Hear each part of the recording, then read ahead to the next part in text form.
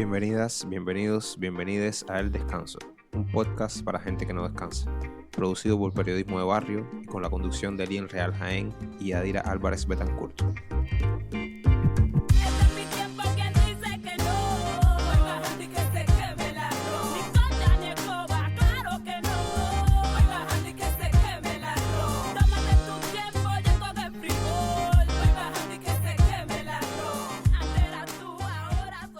Hola, Lien. Hola, ¿qué tal? ¿Cómo estás?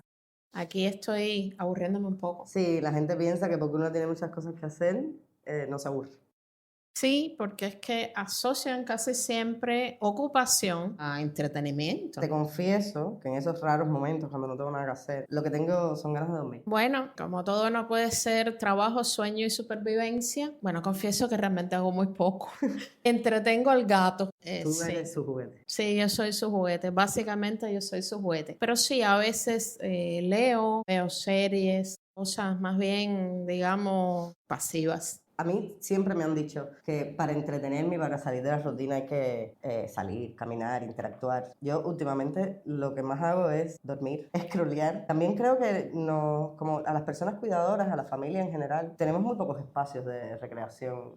Hay un espacio de recreación que yo diría que es casi común para todo el mundo, que es sentarse delante de la televisión, ver novelas turcas. Yo pienso que uno de los grandes problemas con este tema es la carencia de espacios y por el otro la educación, la recreación como una necesidad de los cuidados también y de la vida en general. Sí, es que a veces las personas llegan a creer, ¿no?, que recrearte significa no estar cuidando y eso es como evadir tus responsabilidades de alguna manera. Sí, algo así como si la recreación fuera un premio después de haber cuidado, después de haber hecho, después de haber hecho cosas entre comillas importantes o una evasión de esa realidad. Entonces, claro, cuando estás recreándote, divirtiéndote, haciendo algo diferente, tienes incluso hasta esa sensación de culpabilidad de si te lo ganaste o no te lo ganaste, o si hay algo, un deber importante esperándote. Yo recuerdo que en la primera temporada del Descanso, el primer episodio, recuerdo que hablamos mucho de la culpa dentro de los cuidados y cómo no nos damos permiso a ese autocuidado en el que también entra la recreación, disfrutar de nuestro tiempo libre. Inclusive tenemos una cierta tendencia a trasladar esa culpa a las personas a las que cuidamos. Hablamos mucho con niños, las niñas, de la importancia de estudiar, de la importancia de colaborar en casa, de aprender a hacer cosas útiles y sin embargo no tenemos en cuenta que también necesitan la recreación, necesitan el juego, necesitan las actividades de esparcimiento, ya sea solos o en compañía o pasivas o más activas, y entonces le empezamos a educar desde temprano esa percepción de que recrearse, de que divertirse es algo que te tienes que ganar después de haber hecho lo importante. A mí me pasa con el tema de la recreación, más específicamente con la infancia, porque es el grupo etario al que más cercano estoy, 24/7, que por ejemplo aquí cerca de la casa tenemos muy pocos parques, los parques que tienen los aparatos, tal, están destruidos, llenos de hierba, es como lugares totalmente abandonados, y hay otros que están bien cuidados, pero los han invadido los adolescentes jugando fútbol que tampoco tienen un espacio para esto, ¿no? Y entonces, de eso también vamos a hablar en este episodio. Vamos a hablar de cómo está la situación de los espacios comunitarios para la recreación de las infancias, los preadolescentes, los adolescentes, los adultos mayores y cómo han surgido proyectos que un poco han querido rescatar eso, ¿no? Y de alguna manera involucran al autocuidado de las personas cuidadoras, en este caso nosotros. Es un tema importante, es un tema necesario, pero además de todo, considero que el tener esos espacios y el utilizarlos entra también dentro de las tareas tareas de cuidado, de ese cuidado incluso en tribu que tenemos, porque he visto ya en algunos de esos parques a veces los que quedan, como dependientemente de que los niños estén jugando, algunos ya lo están haciendo solos y entonces todas las personas cuidadoras que están en el lugar adoptan especie de actitud cuidadora no solo de los suyos, sino también de los otros, aunque a veces tienden a caer en el control, como si además de todo tuvieran que controlar la conducta de todo el mundo. Creo que es un buen melón para abrir en el episodio de hoy. Yo creo que es un temazo. Y hablando de lo de los cuidados en tribu, yo tengo una anécdota tremenda, que en el parque con los dos míos había un grupo de adolescentes y estaban cuidando, ellos habían llevado, supongo que el hermano, primo, tal, a un niño pequeño que tenía más o menos la edad del mío. Y en realidad no lo estaban mirando, o yo sentía que no lo estaban mirando. Y yo de alguna manera fui moviendo mi cuerpo sin darme cuenta. Yo tenía como una fuente en el medio y yo fui moviendo mi cuerpo así para ir vigilando al niño, porque yo sentía que no había nadie pendiente de ese niño y que se iba a dar un golpe en algún momento, al punto de que dejé de mirar a los míos porque yo tenía que cuidar a ese niño, pero no estaba mirando a nadie. Responsabilidad también en ese espacio de recreación donde se supone que todo el mundo debe relajarse, también tú. Sí, para mí nunca un parque relajado. No recuerdo que me haya relajado mucho en los espacios donde mi hijo se relajaba. De hecho, sigo sin relajarme. A veces incluso fui hace poco con él a uno de esos proyectos de los cuales vamos a hablar hoy. Y aunque yo estaba pendiente también de un trabajo que yo estaba realizando, estaba todo el tiempo pendiente de él y él estaba muy feliz. Él se sentía ahí muy seguro, podía haberlo soltado perfectamente y haberle dicho, bueno, cuando termine todo, tú me llamas y yo vengo a buscarte ya.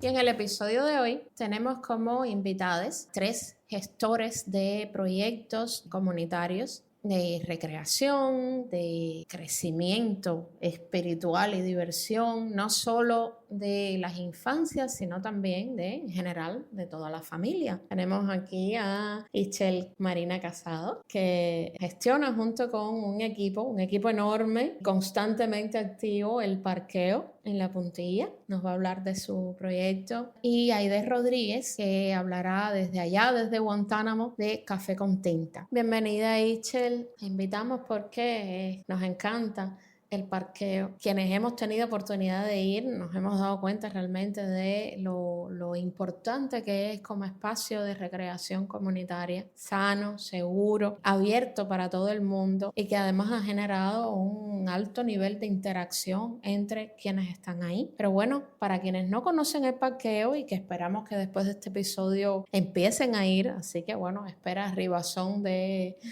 familias próximamente. Queríamos que nos hablaras un poquito de este proyecto y bueno, ya Lien hará algunas preguntas, yo haré otras. Bueno, gracias por invitarme. Es muy lindo estar aquí con ustedes. El parqueo es un proyecto que se nos ocurrió la idea en marzo del año pasado porque se había corrido el curso escolar, los niños estaban un poco mataperreando como lo siguen haciendo felizmente en los bajos ahí del edificio. Quería ver qué hacer para ellos ahí, se me ocurrió que teníamos muchos muros y que proyectar películas ahí era una manera de utilizar el mismo espacio que ellos ya reconocían como suyo, en vez de generar un espacio cerrado donde ellos tuvieran que ir y adaptarse. Hablé con la mamá de ese niño, que es Blenda, y a ella le encantó la idea de proyectar. Entonces jalamos corriente de su casa, hicimos una prueba en otro muro que está detrás, y cuando ya teníamos todo listo, bueno, pues vimos el muro de nuestro propio edificio y dijimos, bueno, creo que este muro es más grande, si el proyector que tenemos da para hacerlo, pues lo hacemos ahí. Y fue un poco así como surgió, muy espontáneo y siempre conectado con determinados vecinos, sobre todo con esa familia. Entonces, nada, básicamente es un proyecto de cine al aire libre con una proyección esperanzadora de cine móvil, que sería lo que realmente quisiéramos hacer en un futuro, aunque La Puntilla sigue siendo la base. Y está enfocado sobre todo, en principio, en los niños de ahí y en nosotros mismos que queríamos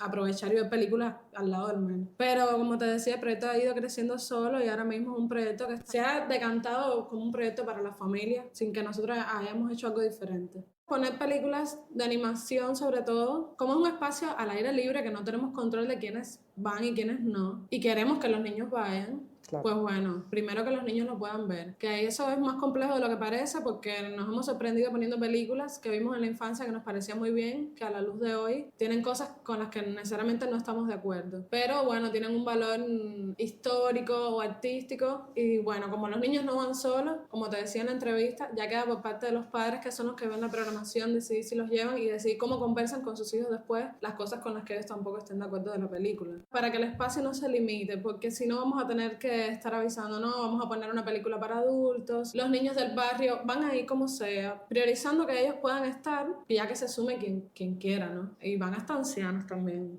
Me llama mucho la atención del parqueo, como hay mucha gente de mi edad, 32 años tengo yo, y más adulta, que van y es como un reencuentro también con esa infancia de uno mismo, ¿no? Sí. Ver esas películas que efectivamente tendrán un mensaje diferente porque fueron de hace un montón de años, pero eso me ha llamado mucho la atención, porque además lo veo en mis contactos de WhatsApp que lo comparten en sus estados, que van y disfrutan muchísimo ver las películas que vieron de niños y vuelven a esos momentos de la niñez. Luego, el tema del parqueo como tal, al principio sí era un proyecto que usaron ustedes como ahí una cosa comunitaria y ya luego sí se volvió un proyecto más oficial, podemos decir. No. No, Se volvió masivo. sigue siendo comunitario. Nosotros seguimos haciendo lo mismo, con los mismos equipos, con la misma gente, y el proyecto ha crecido de ahí para afuera. Nosotros seguimos siendo las mismas personas Sí. y seguimos teniendo la misma infraestructura. Ya. Nosotros no hemos crecido, digamos. Ha crecido el público que va y la interacción de la gente. Lo único que nosotros hemos hecho nuevo es una página de Instagram que nos ha servido mucho cuando vemos lo importante que se ha vuelto eso sobre todo para los adolescentes. Porque bueno, son los que más interactúan en las redes sociales y son los que son más abiertos de decir qué les parece, qué sienten, qué significa para ellos. Pero fuera de esa página de Instagram, nosotros no hemos hecho nada nuevo. Nosotros seguimos haciendo lo mismo que el primer día. Ha ido fluctuando. En los primeros momentos iba mucha gente también. Hubo un periodo de cosas climáticas así que teníamos que cancelar todo el tiempo. Y cuando se lograba hacer, a veces estábamos solo nosotros. Luego volvió a crecer con ganar el Fondo de Arte Joven. Visibilizó mucho en las redes. Y te dijimos, tenemos que hacer una cuenta y ya creció como ahora. Pero nosotros no hemos cambiado nada. De hecho, cada vez tenemos menos. Ahora mismo no tenemos proyector de nosotros. Entonces, a mí me parece muy bueno eso también. Que haya sido la gente la que lo haya crecido, no nosotros. Y las personas que van, no todas son de la comunidad. Eso es increíble. La última proyección, un error de horario porque había cambiado la hora de ese día y nosotros no nos dimos cuenta. Y de pronto estábamos montando, haciendo las pruebas y ya estaba todo el mundo ahí. Subí a mi casa y cuando bajé había mucha gente. Y yo dije, oh Dios. Creo que era el aniversario del parqueo y había mucha energía así como muy fuerte. Y definitivamente no son gente de la comunidad. Posiblemente la gente de la comunidad baja. Y hay gente que ha bajado por primera vez en este último tiempo. Y se han quedado locos porque nunca han visto su barrio con tanta gente a esa hora. Es mágico para ellos eso, ¿no? Sobre todo las personas mayores. Puede venir gente de cualquier lugar. No sé, nunca he preguntado. Pero yo sé que vienen de lugares que no es de ahí porque vienen en carros a veces, vienen en moto, vienen en bicicleta. Hay un horario que siempre es como a mitad de la película que viene un montón de gente en bicicleta. Porque bueno, la gente de mi barrio también un poco las conozco, ¿no? No tengo como un inventario de dónde pueden llegar, pero sé que vienen de muchos sitios. Es interesante, Itzel, que aunque este proyecto haya sido pensado para los niños, para la familia, para la comunidad, se ha convertido en algo, como tú dices, ha crecido esa experiencia de ver a los bicicleteros llegando el día cuando yo me estaba yendo con mi niño, vimos entrar una tropa en bicicleta y fue muy llamativo que la gente me haya dicho cuando entrevisté que les dejaban el espacio, o sea, son habituales en el parqueo y la gente les dejaba el pedacito del contén porque sabía que ellos ahí parqueaban las bicicletas y entonces se sentaban en el piso. Ese espacio es de ellos, o sea, la misma comunidad de alguna manera establecido ya sus códigos de hacia dónde va todo el mundo, cómo debe estar todo el mundo, cómo debemos organizar esto. Una parte de eso ha sido, espontáneo, digamos, pero ustedes también han tenido ciertas responsabilidades en la organización de espacio para hacerlo seguro, para hacerlo bonito. ¿Qué cosas han hecho ustedes también un poquito para organizar ese espacio? Creo que ahí entra también esa labor educativa de ustedes de cómo deben dejarlo. ¿Puedes hablarnos un poquito de eso? Nosotros no habíamos tenido que tomar acciones concretas para con el tema de la limpieza, digamos, hasta que empezó a crecer mucho. La gente lleva cosas de comer porque es un horario donde la gente come y nosotros no tenemos ofertas ahí. Entonces, por supuesto, había restos de basura, como es lógico. Entonces hicimos un post como cuidemos esto, porque al final parte esencial del proyecto es afectar el espacio, el paisaje, pero de manera muy efímera, no estar ahí, no tener kioscos, que eso todos los días vuelva a convertirse en lo mismo que es por el día. Es como una especie de magia, ¿no? Desaparecer dentro de ese espacio. Y eso fue como lo único que hicimos, insistir cada vez que se presentan las películas en que recojan la basura, porque además hay 2 cestos grandes. Siempre algo se queda, nosotros lo recogemos después.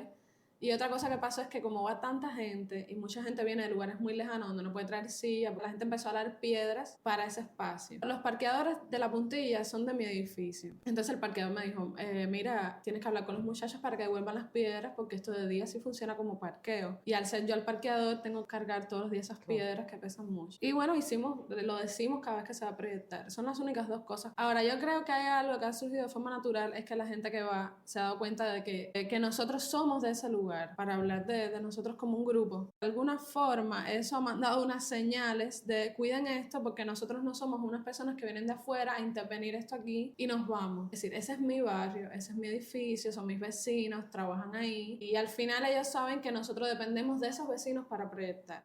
También siento que el sentido de propiedad de los vecinos con ese espacio ha mutado mucho desde que se está haciendo el parqueo ahí. Porque de pronto su barrio es especial, ¿no? Es en su barrio donde se proyecta, es en su barrio que viene muchísima gente. Y lo vi una vez en una historia de alguien de ahí del barrio que puso beneficios de vivir en la Puntilla. Y es súper lindo porque de noche ahí no sucede nada y de pronto es muy especial. Y es como su edificio de toda la vida, ¿no? Entonces creo que es algo que ha surgido natural. Ahora es una pregunta complicada, porque además cuando hablamos de espacios de recreación autogestionados desde la comunidad, las personas tienen que ser conscientes de que todas esas acciones tienen un costo. Una parte es, ya sabes, eso de lo que estabas hablando, de que la misma comunidad que se beneficia de esto, cuando hablo de comunidad no estoy hablando de la comunidad específicamente de la Puntilla, sino de ya la comunidad de El Parqueo que se está beneficiando de esta acción y adoptan ciertas medidas para que se mantenga, para que funcione, para que se cuide. También deben ser conscientes de que todo eso que ustedes hacen tiene un costo en lo económico. ¿Cómo ustedes se las arreglan para sostener el parqueo?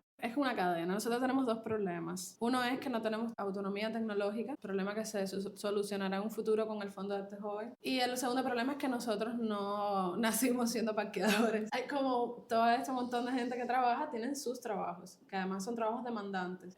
Casi todos trabajamos en cosas que tienen que ver con cine o audiovisual, otros en cosas de comunicación, en fin. ¿Qué pasa? Que al no tener tecnología, ser independientes, no podemos tener una programación fija. Está el tema de la migración, no tenemos un equipo fijo, inamovible. Estar todos trabajando en otras cosas. Es un equipo que igual, como te expliqué, fluctúa y se rota, pero sigue dependiendo de mucha gente que funcione. Entonces, como un gran caos lograr organizar una proyección, porque todo el mundo tiene que trabajar para vivir. Y el parqueo no hemos logrado y tampoco hemos querido que sea una actividad económica que nos reporte dinero, ¿no? Queremos como tratar lo más posible de seguirlo haciendo desde el mismo lugar que lo estamos haciendo. Entonces, te digo todo esto porque la falta de programación o de sistematicidad tiene que ver con que necesitamos trabajar para poder también darnos el lujo de hacer el parqueo. El día que haces el parqueo no puedes trabajar porque descargar las películas cuesta datos, dinero, tiempo, porque gestionar todos los pedacitos de cosas que nos hacen falta para lograr hacer la proyección necesita tiempo y depende de muchas personas, no solo de la gente que son directamente del equipo, depende de vecinos, por ejemplo, porque el día que se proyecta yo vivo ahí, pero los demás no viven ahí, tienen que ir hasta allá. Ese día tenemos que comer en la calle porque estás desde las 4 de la tarde hasta las 10 de la noche en función de eso. Entonces, no es que tengamos que pagar algo concreto, sino que demanda mucho tiempo y en el caso de las personas que no viven ahí demanda su movilidad, que a esas horas puede costar bastante dinero o no sé, puede ser también peligroso. O demanda que dejes de hacer un trabajo pagado para estar en función del parqueo. Yo siempre igual digo que nosotros tenemos trabajos que nos permiten hacer eso. Es decir, nosotros no tendremos que convertir el parqueo en una actividad económica porque no vivimos de eso y no se crea en función de eso. Entonces, de alguna manera somos como afortunados de tener trabajos que nos permitan darnos el lujo de invertir tiempo y nuestro dinero en hacer el parqueo. Existen muchas demandas para sostener un espacio de recreación familiar seguro al cual puedan acudir las personas. Eso tiene un costo, o sea, recursos, muchos recursos, muchos recursos. No son solo nuestros recursos, son los recursos también de la gente que está alrededor. Y la vecina que me presta la extensión podría también decidir cobrarme por prestar. No sé, ¿sabes? Son mucha gente, no es solo nuestro dinero, son mucha gente que están en función de eso, no solo en términos económicos, sino en términos sociales y de dinámica y de emplear el tiempo del otro en función tuya. Entonces es muy lindo porque no es solo un esfuerzo de nosotros o no es solo una inversión de tiempo y económica de nosotros, sino de los vecinos que están implicados también.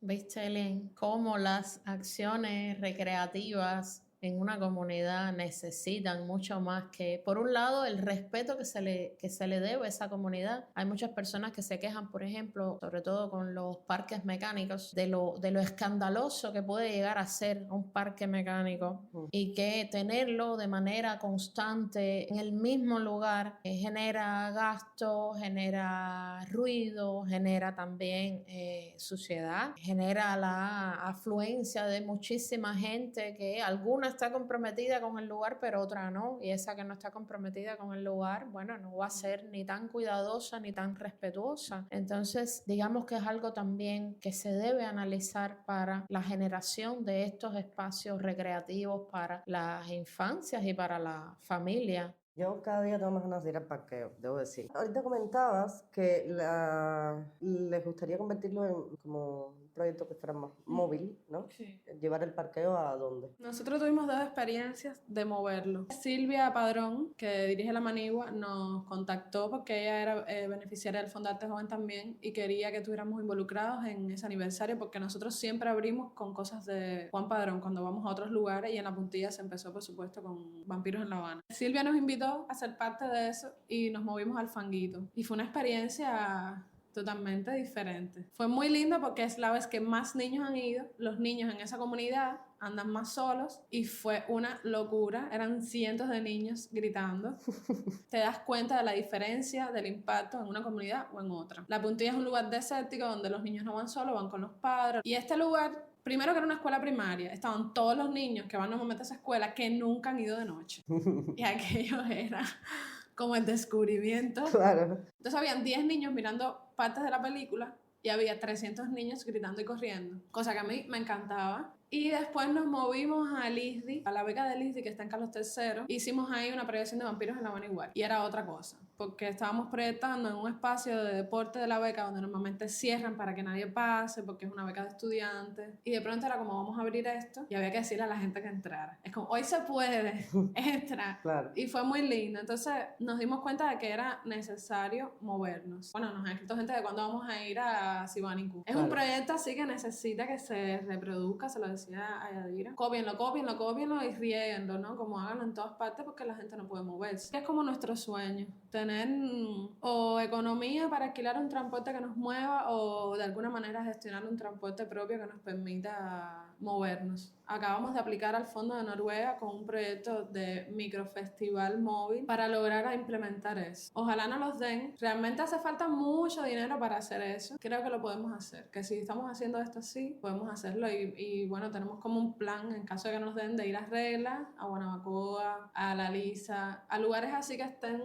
desconectados, pero que sean centros para que la gente que esté cerca pueda también ir. Claro. Y hacer eso como durante una semana, algo así. Es nuestro proyecto futuro. Ay, me parece maravilloso, la verdad. Que sí, que se riegue el parqueo por toda Cuba. Me parece sobre todo muy bonito el hecho de recuperar los espacios comunitarios para la familia. Y que además la misma comunidad se encargue, intervenga en la conservación de esos espacios para que ese tipo de proyectos, ese tipo de iniciativas se sigan dando. O el mismo público que va a esas iniciativas. Que limpie luego el espacio, se presten las extensiones. A mí me parece... El hecho de que una comunidad apoye el proyecto, de que se se involucre en hacer lo posible, pienso que genera incluso hasta esta sensación de identidad. El parqueo es mío, el parqueo es nuestro, o bueno, vamos a inventar otro nombre de algún proyecto extra, no sé, o este mismo proyecto que gesta AIDEA allá en Guantánamo, que algunos de las personas que van han llegado a decir que Café con Tinta es de ellos, es suyo, no es de AIDEA, no es del equipo, es de ellos. Y eso genera incluso hasta en esa comunidad no solo la existencia de ese espacio de recreación, sino también un poquito hasta ese orgullo de que nosotros somos parte de esto, es nuestro, tenemos que cuidarlo y lo vamos a defender a capa y espada.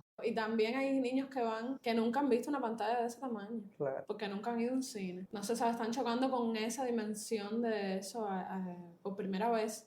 Ay, Echel, muchas gracias. Muchas gracias. Aquí en este episodio vas a hacer, bueno, ya sabes, doble función, nuestra invitada y además quien va a tomar todo esto y después lo va a poner en el formato hermoso de episodio para que lo escuchen. Gracias por estar con nosotros hoy. Gracias a ustedes por invitarme. Y sí, a mí me ha alegrado mucho que se haya convertido en un espacio familiar, donde también con este sistema que te digo que hacen algunos padres, incluso algunos vecinos, hay como gente que puede descansar mientras sus hijos están ahí en un lugar que es seguro y que hay muchos padres y mucha gente con muy buena onda cuidando de todo alrededor. Entonces creo que en el sentido de las personas que cuidan o que tienen familias grandes, que tienen mucho trabajo también porque además trabajan en la calle, se ha generado un sistema solo ahí de circular donde la gente se rota de esos cuidados para que los niños puedan estar ahí, y creo que eso es importante. De tribu. Con la presentación del parqueo en el descanso, quizás se te unan más gente en las próximas proyecciones. Estás escuchando El Descanso, un podcast para gente que no descansa. Si sientes que la carga de los cuidados te sobrepasa, te invitamos a entrar en esta zona segura.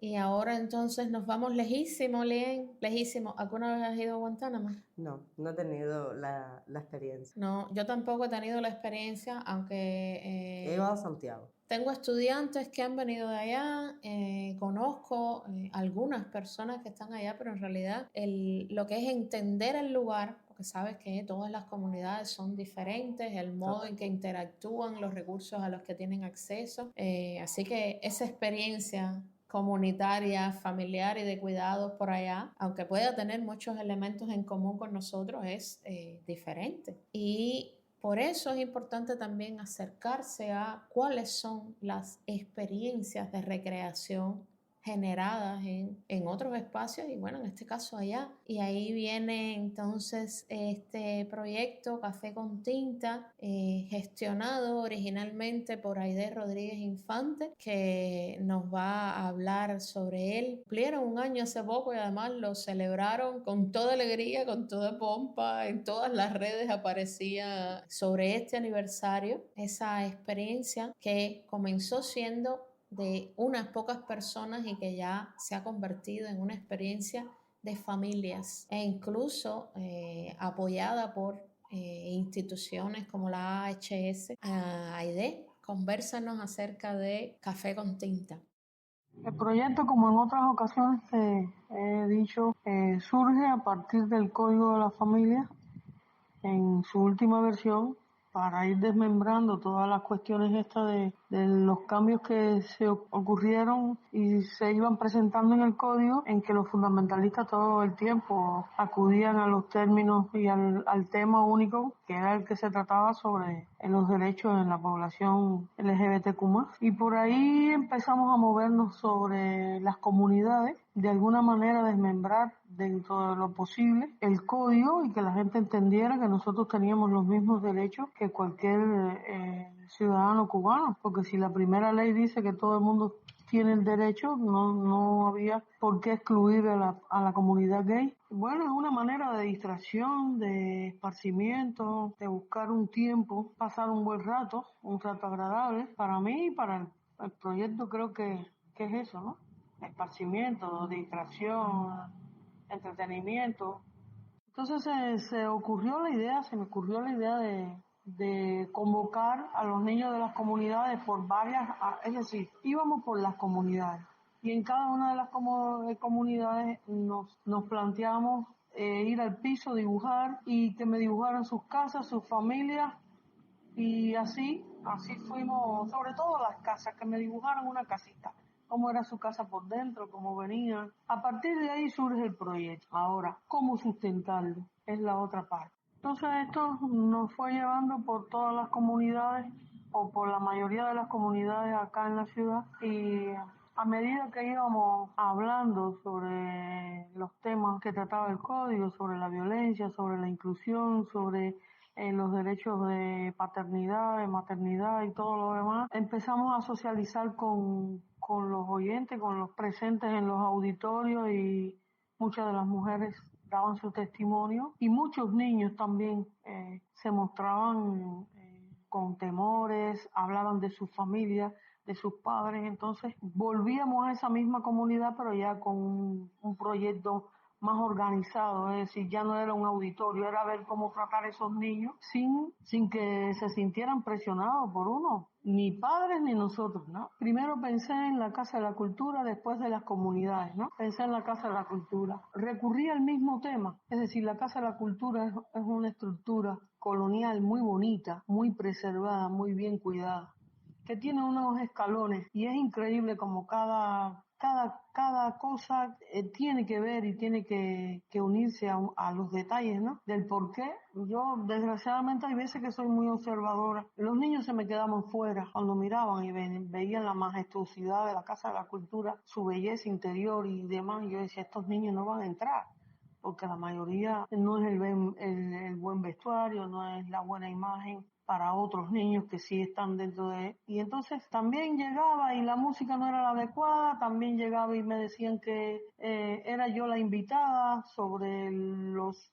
que actuaban ahí en la Casa de la Cultura. Ya las comunidades me quedan lejos, ya las comunidades no me crean el espacio para ello, entonces lo hago acá en la casa. Los únicos espacios que se puede quedar libre es el parque, por ejemplo. Hay algunos parques, el único parque central.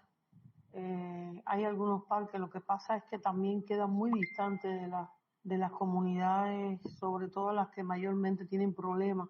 Esas comunidades están muy apartadas y es muy difícil que llegaran al centro de la ciudad. Entonces ya ahí surge la parte del tatuaje, cómo poder mantener esa misma recreación en los niños, en la manera de cómo llevarlo a un espacio donde ellos se sintieran libres, pudieran dibujar, que dijeran y que hablaran y que corrieran, y ahí empezamos a funcionar con ellos primero en las comunidades, pero en las comunidades ya teníamos que hablar con la promotora de cultura para que me localizara el espacio, a ver si podíamos trabajar ese día en la sala de video y así iba pasando por las comunidades. Otras en las comunidades no había un local donde uno poder estar y estábamos a nivel de portal o de plaza y ya se iban creando otros conflictos porque ya había un tema limpieza por el medio y los niños muchas veces los padres no lo podían llevar porque siempre el espacio ha sido sábado.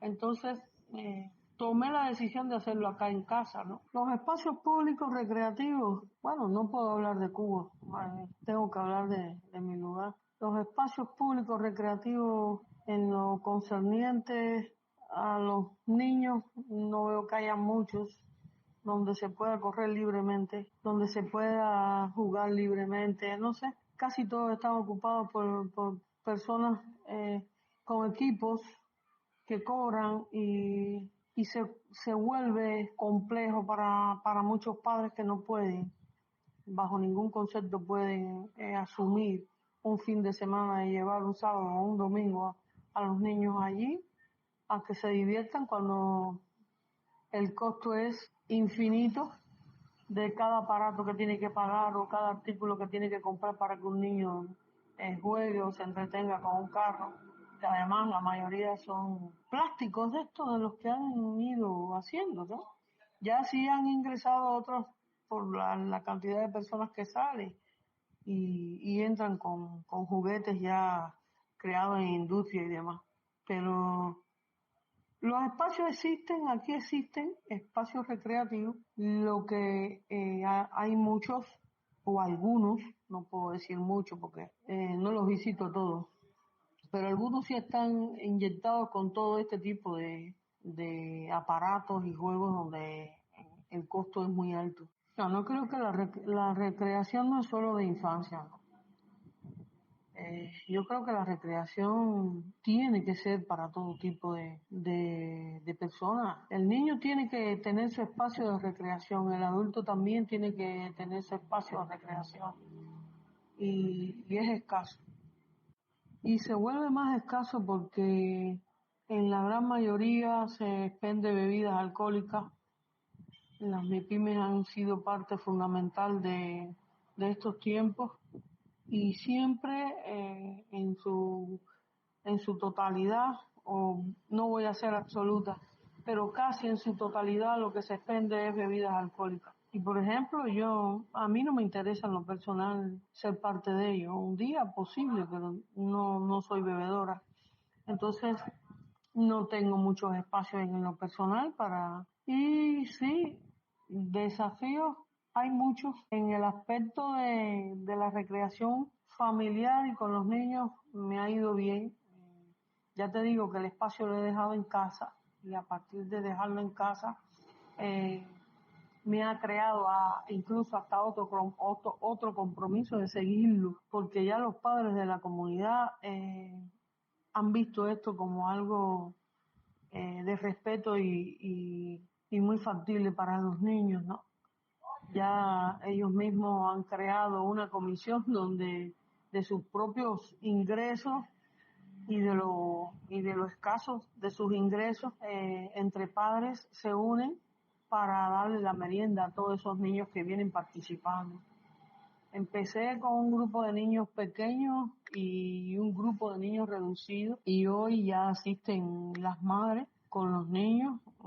Tengo 3 PCI en el grupo, pero que esos niños asisten con sus madres y se va viendo el cambio, ¿no? Historias hay para contar algunas de esos niños que quieren estar siempre y que quieren todos los sábados un espacio. Ya te digo que económicamente así es como funciona. Los tatuajes que hacemos es muy, muy barato con relación al costo de los materiales y con relación a lo que hacen los tatuadores en las casas. Entonces nosotros mantenemos una tarifa muy baja con respecto a los que se hacen en estudios ya de otras personas, de otros tatuadores, y entonces hacemos regalos. Por ejemplo, si te haces 2 te regalo uno es por un precio asequible a que te puedas hacer 2 por ese precio, con una tarifa, y como ya te decía anteriormente, podíamos cambiarlo. Si alguien me ofrece a mí, por ejemplo, lápices de colores, plumones,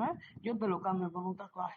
Y los chicos saben que así es como funciona y además son mis seguidores. Nosotros vamos juntos como un gran grupo. Por ejemplo, ahora ya subí a las redes y ya coloqué en mi estado un curso para tatuadores principiantes. Porque eso no se hace. Los chicos están haciendo tatuajes por las calles y las personas acuden porque lo cobran muy barato, casi al precio igual que nosotros, pero no están haciendo buenos los trabajos. Entonces, si vas a dedicarte a eso, qué mejor manera de aprender tatuaje que llevando el dibujo, el tatuaje, el cómo, la limpieza, la manera higiénica de cómo hacerlo, y todo eso va incluido dentro del curso, ¿no? Y esa es la manera que tenemos económicamente de medio sustentar el proyecto. Aquí en este proyecto, lo más bonito que tiene es que somos una familia.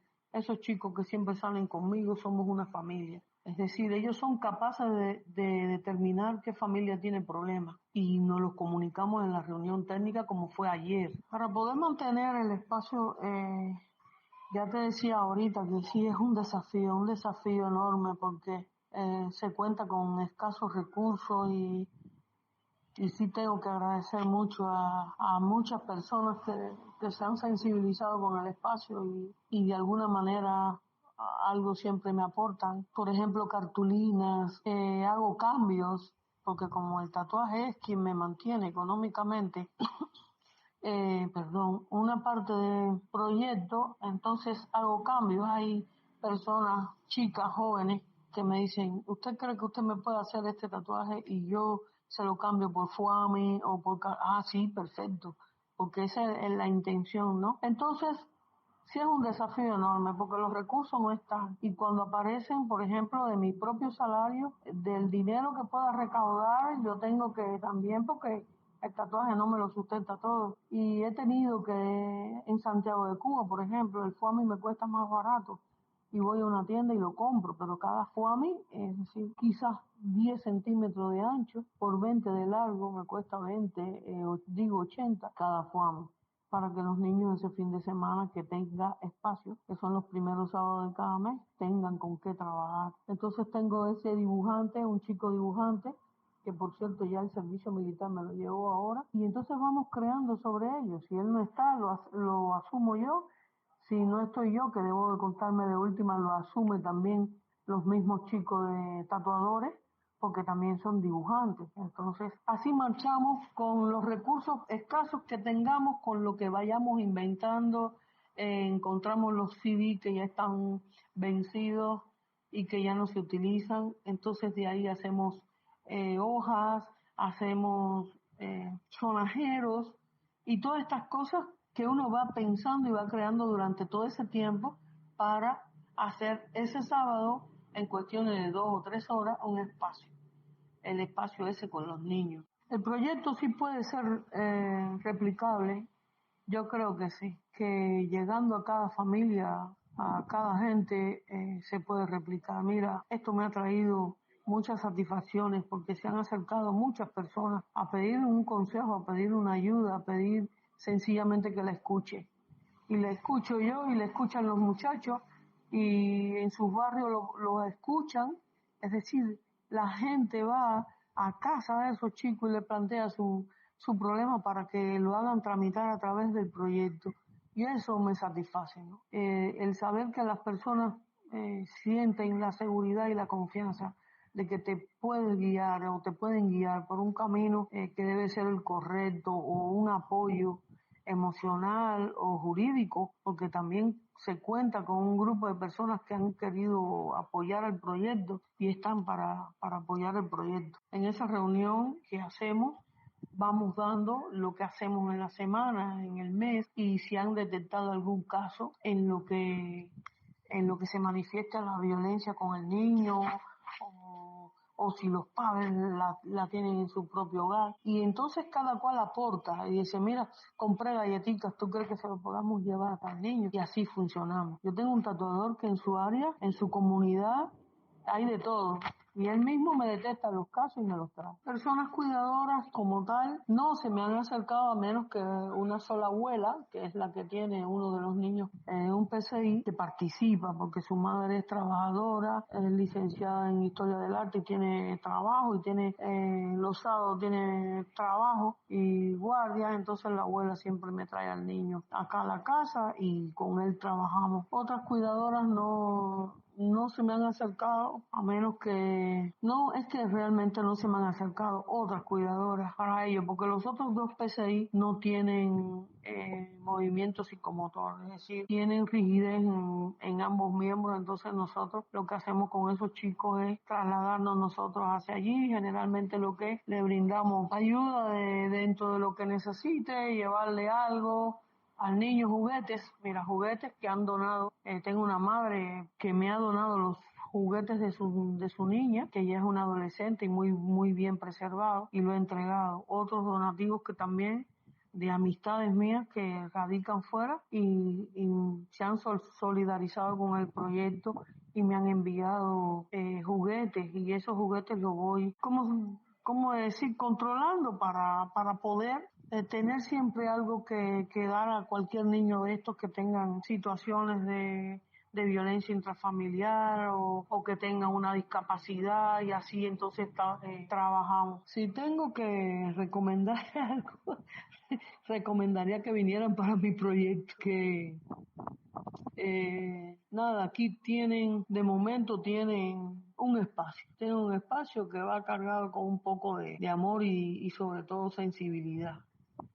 Sí. sensibilidad a esa población que a veces, pero más que todo yo creo que este espacio debe hacérsele a los padres, porque muchos niños son el reflejo de esa familia, ¿no? Y hoy sí me siento satisfecha de saber que tengo el espacio aquí, de cualquier otra ambición que no sea de darle un poco de ayuda a esos niños y a otras personas que se acercan adultas a plantear sus necesidades y cómo poderlas guiar y ayudar. Si a alguien tengo que recomendarle, creo que le voy a recomendar siempre el proyecto Café con Tinta. Mira, aunque no se me han acercado directamente al espacio, ¿no? Lo hacen entre ellas, porque yo te decía ahorita que en el otro audio que la compañera esa que viene como abuela con el niño sí me ha hablado de otras familias que tienen ese tipo de problemas, pero yo en definitiva no lo he visto directamente a ellas. Ella me comunica y yo le dije, dame los datos y en función de en algún momento visitarla o ir. Lo que sí, esa abuela y esa madre de esos chicos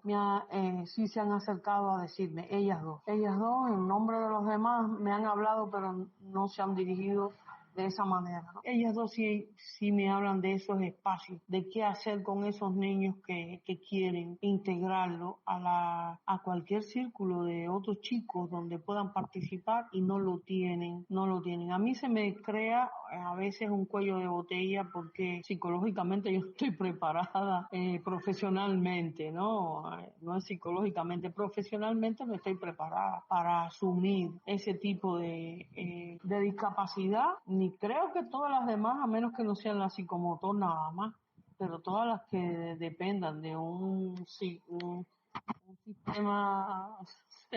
cerebral, no estoy capacitada para ello. Y entonces ellas sí se preocupan por eso, ¿no? De que por qué no existe un espacio donde los niños puedan ir, que tengan problemas y que puedan ir. No sé, yo creo que sí se puede crear porque hay capacidad, hay estudios realizados por gente, hay gente graduada que puede participar y puede crear. El problema está en cómo sentirlo desde el ser madre de esos niños, ¿no? Si no lo sientes, no se crea un espacio. Si no tienes ese problema, no se va a crear otro. Yo de momento lo tengo acá en casa y los que quieren asistir los atiendo aquí en casa. Se han unido al grupo y que los niños ya, o ese niño, que en este caso es un niño, porque los otros no pueden trasladarse hasta acá, ese niño ha tenido cambios, es decir, que si tiene cambios y yo no estoy plenamente capacitada profesionalmente para atender a esos niños, yo creo que si un grupo profesional crea un espacio para ellos, sí se puede hacer. Pues gracias, Aide, por compartirnos cómo funciona este espacio Café con Tinta. Debo decir que me encanta que este episodio haya salido de La Habana y hayamos llegado a Guantánamo. Yo creo que debemos seguir abriendo el melón de cómo cuidamos a la familia y cómo disfrutar de espacios recreativos donde también se piense en los sujetos de cuidado, donde las personas cuidadoras tengamos la seguridad de que nuestros sujetos de cuidados están seguros, de entendernos un poquito. Así que yo creo que hasta aquí vendrán más. Vendrán más para seguir hablando de este tema, de otros. Lo haremos en nuestras redes de PB, en Instagram, WhatsApp, nuestra página de Facebook. Ahí conversamos siempre con nuestra audiencia. Y ahora nos despedimos y recuerden, descansen porque nos lo merecemos y lo necesitamos.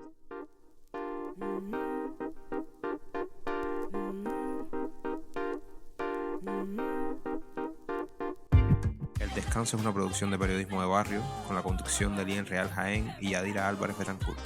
Recuerda que puedes seguirnos en las redes sociales como @periodismo de barrio o encontrarnos en nuestro grupo de WhatsApp. Nos encantará escuchar y leer tus comentarios, sugerencias y experiencias como persona cuidadora.